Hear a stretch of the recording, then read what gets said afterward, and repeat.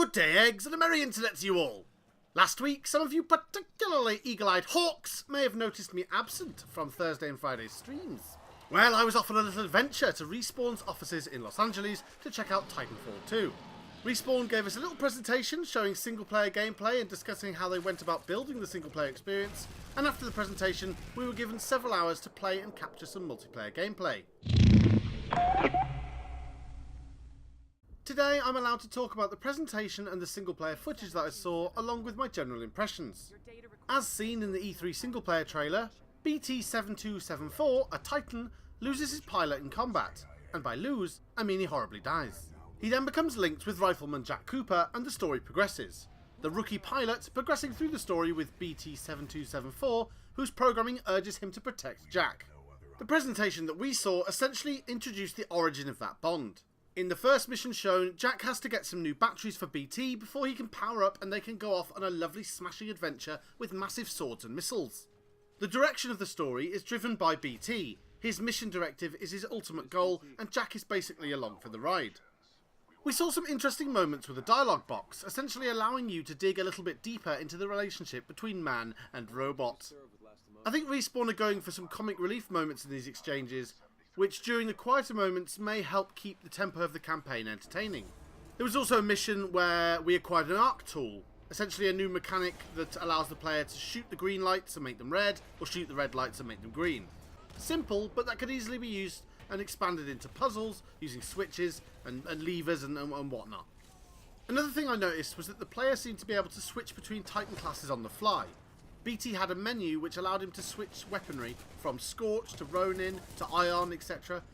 Sadly, I can't remember all the names of all the Titans that came up on the list, or the classes, but I did speak to the single player design lead afterwards, and he basically said that the classes are the same ones from multiplayer, and as you progress you'll find new weaponry which unlocks a new class. He also hinted that there might be areas of the game where you're restricted to which class you can use, but he wouldn't be too specific, but I think that's all we really need to know. During the presentation it was mentioned that the movement of the pilots and the Titans is and always will be core to Titanfall, and they really didn't want to lose that in the single player, so it's no different. Clips we saw utilised parkour, which we're all familiar with, as well as the Titan combat and some cooperative moments between both pilot and Titan, as in the multiplayer. The presentation ended in fact with BT saying he needed to throw Jack across a chasm with a 65% chance of it being fine and 35% chance of him being horribly maimed. Oh, BT, your hapless disregard for our safety won't ever get old. Seriously though, I did have a little chortle upon seeing this for the first time. I think the big thing that struck out for me during this presentation was the mention of their design process. The Respawn team designed much of their gameplay in Titanfall 2 using a process they called action blocks.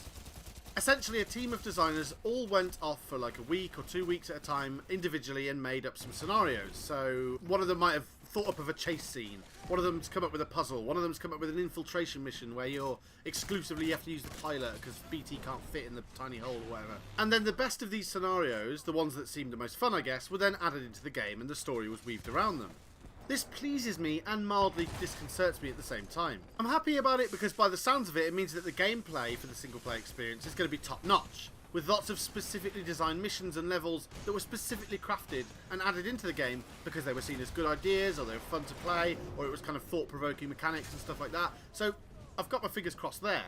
I'm a little bit unnerved, however, that presumably the story is then woven in afterwards, meaning that if an action block was really, really great, then they found a way to shoehorn it in regardless of the story. On the plus side, Titanfall 1 gave us a great world and universe to play around in, but we had very little concrete lore, so they've got a lot of room to kind of move around and make these action blocks fit and make the story fit.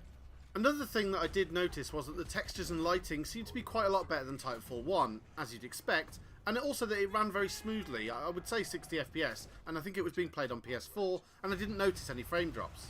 I'm sure you guys noticed the graphical changes in the trailer shown at E3, but the gameplay itself that I saw looked really good, and I checked with the developer and he said it's still working on a modded source engine, although he said that it's so extensively modded that at this point you really can't call it source. So wrapped up in a nice neat little package, I've got my hopes set for a game with great gameplay, good graphics, and at least a half decent sci-fi story, scratching the itches that Titanfall 1 left me with in regards to lore and backstory. I've got lots more to tell you about the multiplayer, but unfortunately it's under embargo until the 16th. Hopefully I can find the time between now and then to get a video about the multiplayer ready, but if not, it'll be coming shortly after. Thank you very much for watching, eggs, and I'll see you in the next one.